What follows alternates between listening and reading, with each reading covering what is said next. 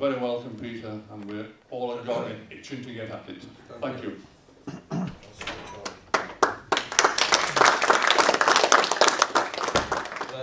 Primarily, the thing that I enjoy most in carving is carving with a knife, sitting with a knife in hand. So that's how I'll carve this. But it doesn't really matter. I mean, carving with a knife is simply another means to the same end. And the way you use a knife is similar to the way you use a tool. So the fact that I might be carving with a knife, then I'll just be saying, mark this here, remove that timber, take that away. If you're more comfortable removing it with your chisel or whatever, by all means do. I've no problem whatsoever.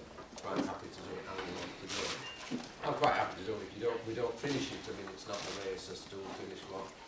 I think, again, I'm not harking back to what we were saying before, but I don't see it in this club, to be fair. But sometimes a little competitive element gets into clubs. As I say, I don't think I do see it here, and then people really didn't come for that reason. People came to relax and enjoy it. And I think if you chop his head off or chop his leg off, I've got some soup of it. And it's almost instantaneous, so, you know, just keep rolling. Now, is in presets, so the aim is to get the figure done because the wheelbarrow does come away and it's placed on a separate plinth, as it were. And in fact, if you want to get him doing something else, you can forget the wheelbarrow. And he could give him a Zimmer frame if you want. Depending how we form the hands. But it is quite finicky work, so I found that the smaller you get working, the smaller the things that you do, they actually can take you longer. So whilst there's not much to remove, hopefully we can spend more of our time on actually carving rather than just removing timber, which is carving, but doesn't often get that far, which is why I think a lot of people use pants and get yourself to the carving. He is actually the original multitasker, this guy, because he can. I mean, I was the first person to multitask in back, the first man anyway, as far as I could carry a supermarket back and walk at the same time. You'll see that copied in Batley very, very often. Anyway, I could do with a plank. Have we got this? Another thing, just right. Change hands, whichever, right and left handed. There's really three effective and safe methods of cutting. And sometimes, believe it or not, I find that people often just cannot kind of assimilate it. Hold the knife, don't put your hand on the back of the blade, hold the knife by the handle. I think the longer the knife blade, the more danger it becomes. I much prefer, that's a good ratio of blade to handle. In fact, and also that's an even better one. Because as you find that more often than not, you're only using that length or from the top as well. And knives that come out here, because you're far away from the power, then it becomes less and less easy to control it. So the technique is thumb to thumb. So you hold the knife like that. Put your thumb on the back of the handle. So if you look down your hand and arm and wrist, it's a straight line. And that's the first thing, that's your control, that's your power. And then you bring that thumb to your other thumb, okay? And the thing is, you never then create a gap between those two surfaces, i.e. thumb and handle, and never allow a gap to create between those two surfaces, which is front of thumb to back of thumb, yeah? Now, I'm sure that if I walk around, that people won't be working that way because it somehow is quite difficult for people to assimilate, but, you know, never mind. Look. And then, what you're doing there, you should never jump off your wood. I mean, I know if you're sharpening a pencil or, you know, making a bow and arrow for the grandson, particularly if he's going to fire it over the fence next door, you know, you'll sharpen up like that. Well, in carving, you never ever do. That's a sign of no control. So, if you keep the thumb on the handle, thumb on the thumb, and that's how you work. And keep your elbows close in. Now, This long piece of stick here, I've got it wedged into my body, and that's creating me with another piece of control. When I start working on here, I don't have that length to lock into my body, so I bring my hands quite closely back to the body, and that's another piece of control. So that's the first thing. I will, if you don't mind, just have a look, because it's quite important, because some people do some dangerous things with knives. Unwittingly, I would say. Some do it quite wittingly, but not in here at home. So that's that one, carving away.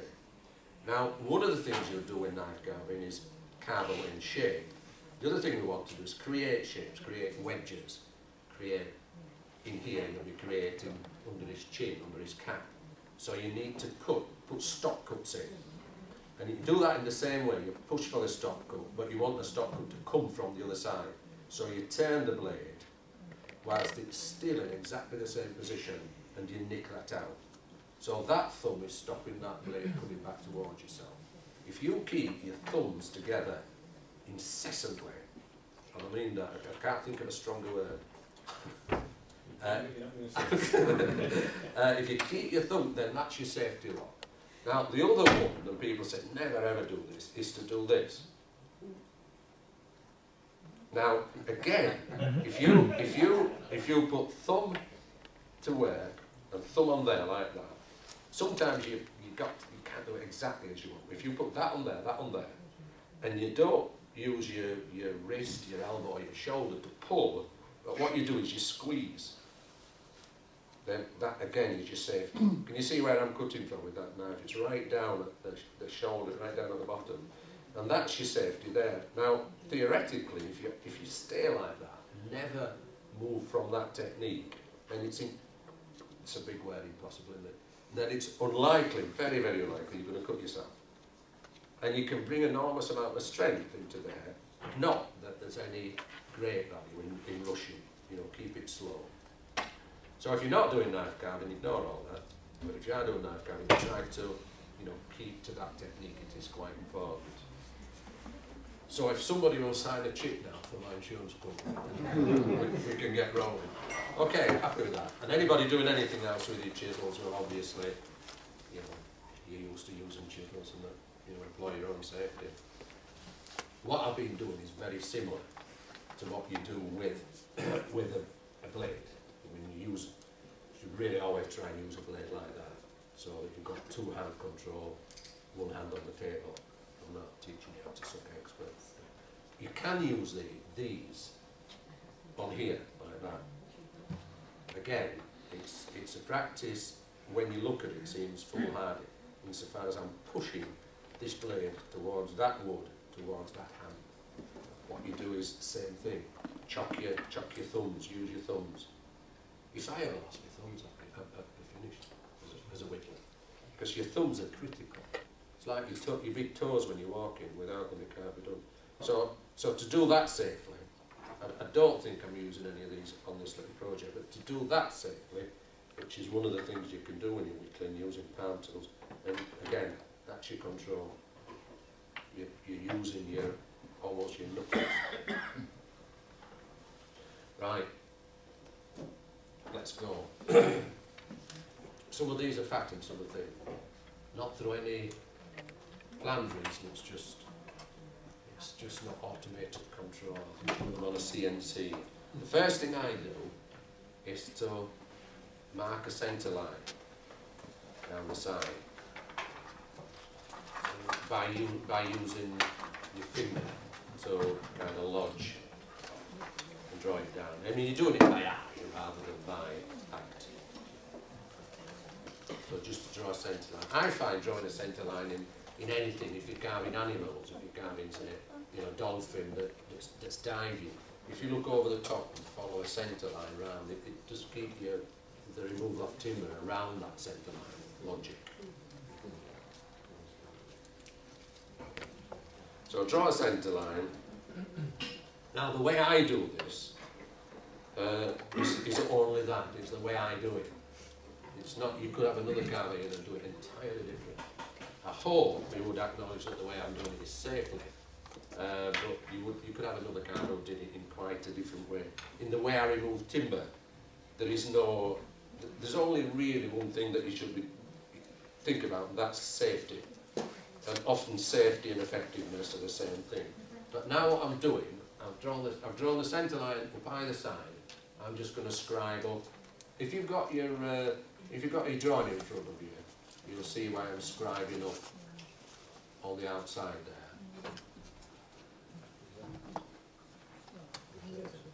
So what I'm doing, I'm just carrying that line up carrying the line up between the top of his arm above the elbow up to the shoulder. Okay, so I'm just carrying that line up on the back and the front. The kind of my style of carving is almost carving by numbers. Insofar as I think in blocks. I always think in this arm is a block, this foot is a block. So if I get down to the block and then I round the block off, I'm going to be there. Some people have said, no, that's too simplistic, that's not how it works, but as far as I can see, it does. It works for me anyway. So you should have both sides of the blank marked with a centre line down the side, and then the two lines on the back and the front marked. You can see it on the screen there. Yeah. And what I'm trying to do is to kind of visualise these things and then mark them up as blocks. If I hold my arm out like, or you look at me here, to make a box to closely fit me, then you could make different boxes for my arms. Then imagine that box that I will go into, not the coffin, but and that's how I go about it. That's how I teach it. That's how I teach people how to carve. Is to rather than thinking, oh God, where's this thing in here? You know, actually plan for it and actually mechanically have a systematic plan. It's engineering, really. Okay. Now, just for the sake, take the mark, that mark there, and join it up with the mark at the back. Okay? So, it's the first time I've looked at these as I'm looking through a mirror, and they're not that well balanced. It's got, but never mind. Most of us at our age don't or can't stand them straight. Or for various other reasons can't stand them straight. So the first thing, now, what we'll do now is to mark another line. If this isn't how you carve it, you think, oh God, this is going on a long time, then that's how I teach it, so we'll have to live with it. Is to carve another two lines outside that original line down the side. So in effect, what you're doing is drawing the arm in. Yeah?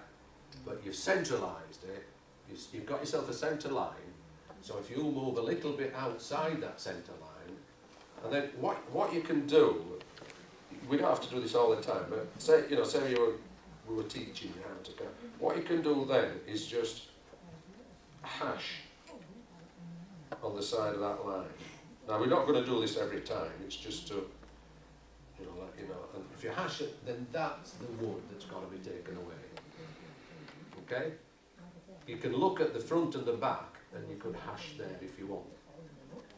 So, very simplistically, it's those two wedges on this side, those two wedges on that side, so you need to repeat that process on the other side. In other words, you need to get two lines established that are going to get his arms in place. We're not focusing. Is that on too close? That's better. So that's his arm. His arm, it comes up, meets the line that comes across the shoulder, and quite simply, that's what we're going to cut out. As I said, there's no need to do it again, but I will still mark up in that way. So we're going to remove some timber that creates an elongated box section for his arm. And when we come to carving, we'll be looking at the box section at the bottom that forms a fist or a hand or something. Now I remove this with my knife. So if I can get, now what I'm using that knife, which I do. This method of carving, this kind of seeing things in blocks, is very un-English. That's not how you normally talk to carve in this country, but in some of you might have been, that the carving school in Germany, not in the one in Austria, has a similar way of looking at things in planes. So instead of trying to see an arm, just see roughly the space that the arm occupies, and remove what there is around that space, space that the arms occupy.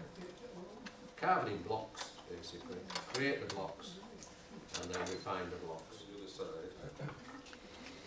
And then I think it's time for the fires.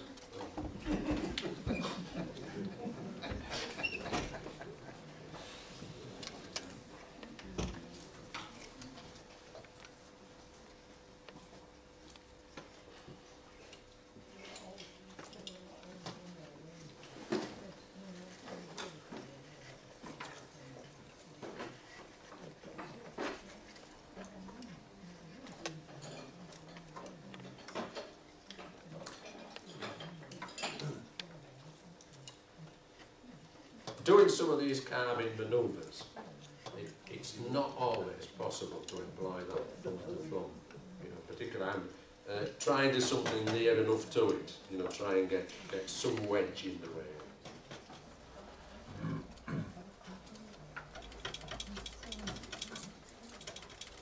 Has anybody used gelatin before? Yeah. Do you find gelatin easy to get hold of? No. Do you want to know where you can get it? Again, I'm always hesitating to say these things. I don't get paid. The only place I know that stocks and supplies gelatin now is in Nantwich, in Cheshire. But he will do a mail order, and it's a place called Richard Potter. And anybody who wants details of it, I'll write it down for you.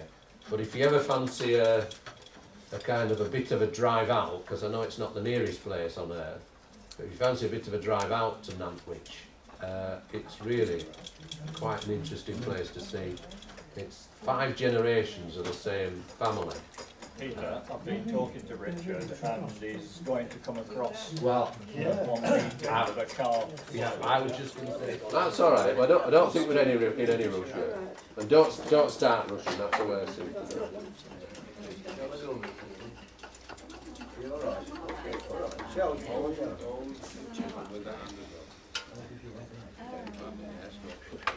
We'll nip out to the back room for brandy and cigars.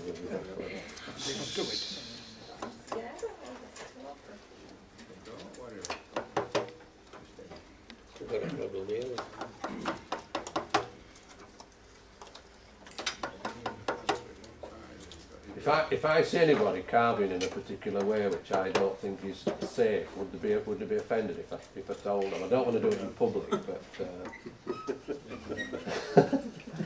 and shall I do it just generally? Yeah. And could everybody watch? Everybody. Yeah. If you're cutting wood, you need some part of, particularly this control arm, in contact with what you're cutting. So you're not doing that. When I was saying about this, and that's not good practice, the same thing applies to a chisel. If you How are you doing? You're not about me. No, but I'm discreet enough to say. I mean, there's. Because I'm standing up. I know. Well, you're there. No, but doing that is not a good idea. You want, if you can, you see the little bit of wood jutting out. Yeah. You put that heel of your hand wherever you can, somewhere, and then put your other hand inside your left hand. Put your right hand in. That's it, yeah. Like that, and then you can move and put without jumping off the end of the hand. Actually get a grip on your other hand. Shall I come round and show you? Show me start Joe, coming to what you're doing is, I mean, you're doing the job. I'm not doing it. Somehow or another, try and get that. So that when you cut in that, tighten it up a little bit. Instead of what you're doing is that. Now that will do the job, but it's not going to serve you well. So from the side of his face, just bring two little lines down about 1/4 of an inch, and then join those lines up. So what we're doing is setting his chin in. And it's like most men of our age, there's no neck. My carvings have never any neck. I can't see it actually. I'll bring it over because you're very near. All right. So we're just really drawing the bottom of, his jaw in. Thank you. You okay with that? Just drawing the bottom of his jaw in. Yeah, on the basis that at the front his jaw will be a little bit lower than the back of his head. Is everybody okay with that? I mean, I'll bring it round if you want. Oh, one at each side. Yeah, well. Yeah, just really drawing his chin in. Yeah. It's bigger than we need, but always better to leave yourself with more wood than you need. Okay. At the other side, the back end, just draw a straight line across his shoulders. And again, I'll show you that. So this is now when you've decided. That's the back. That's the back, yeah. On the basis that his chin's going to come a little bit lower down the front. Okay? Everybody happy? Would it be on mine? Yes, I am as well.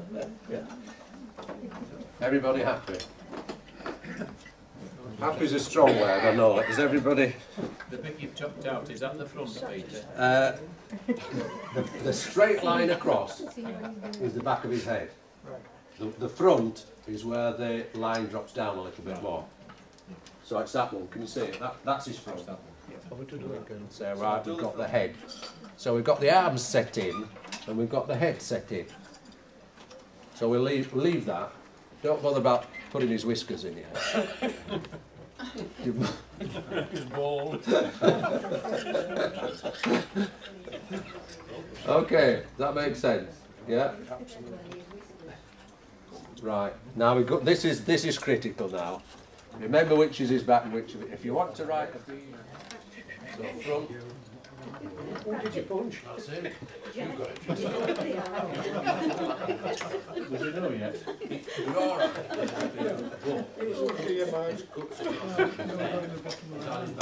So go around there.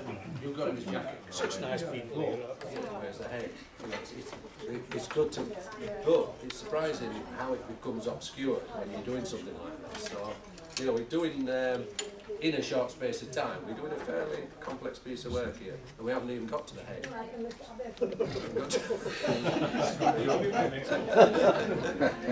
Well, actually, it may, I don't know about them, but I'd rather us not rush it. I'd rather us do it right and be happy with it.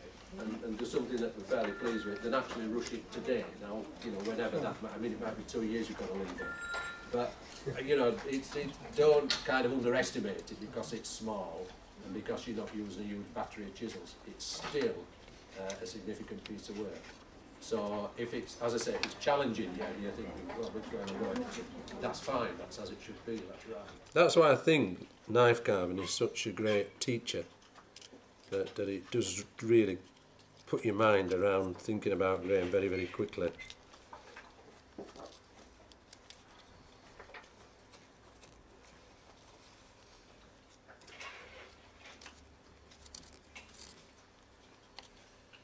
Creates a well-behaved class, doesn't it? Get this into schools, I think.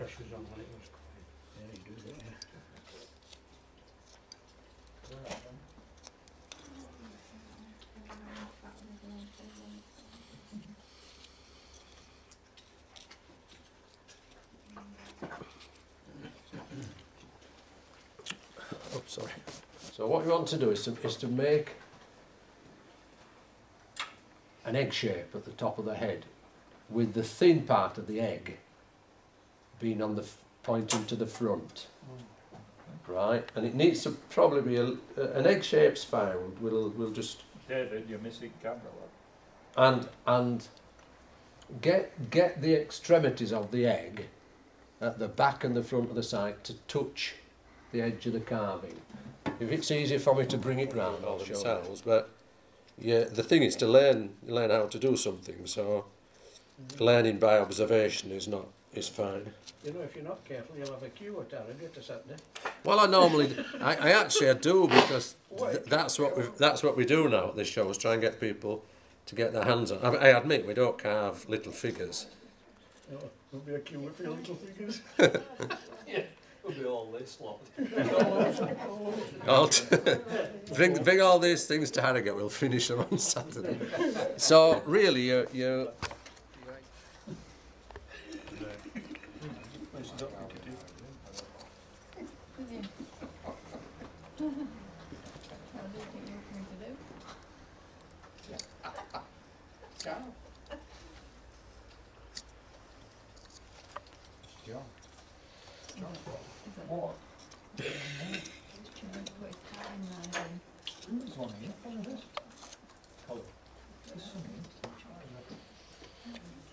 So, if you can see that on the... I'll stay still. Where I can find it.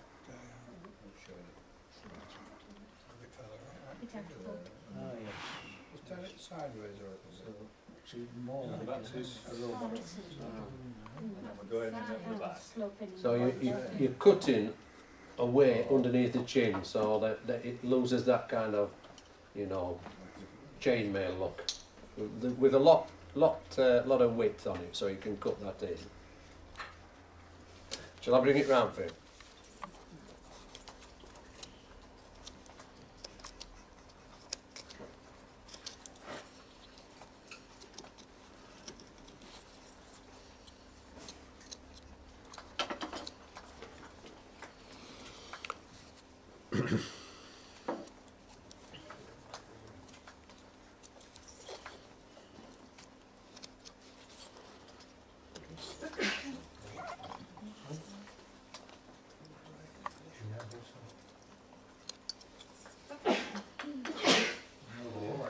Right, time to go on my travels, I think.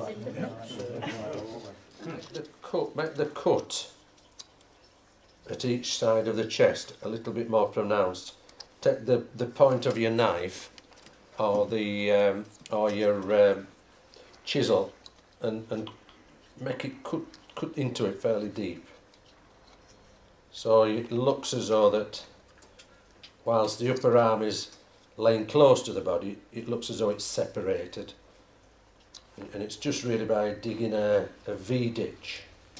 So if you're using a knife, you put two cuts which run alongside it like a V ditch. And then at the top,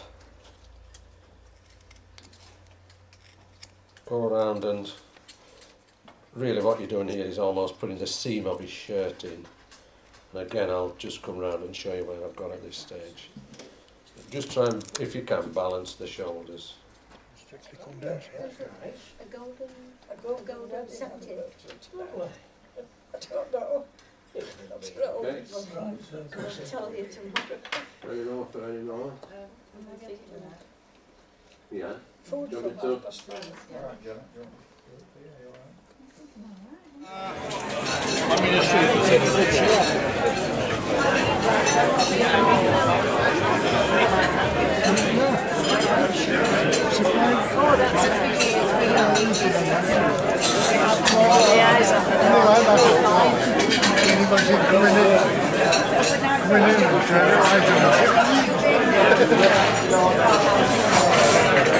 They've got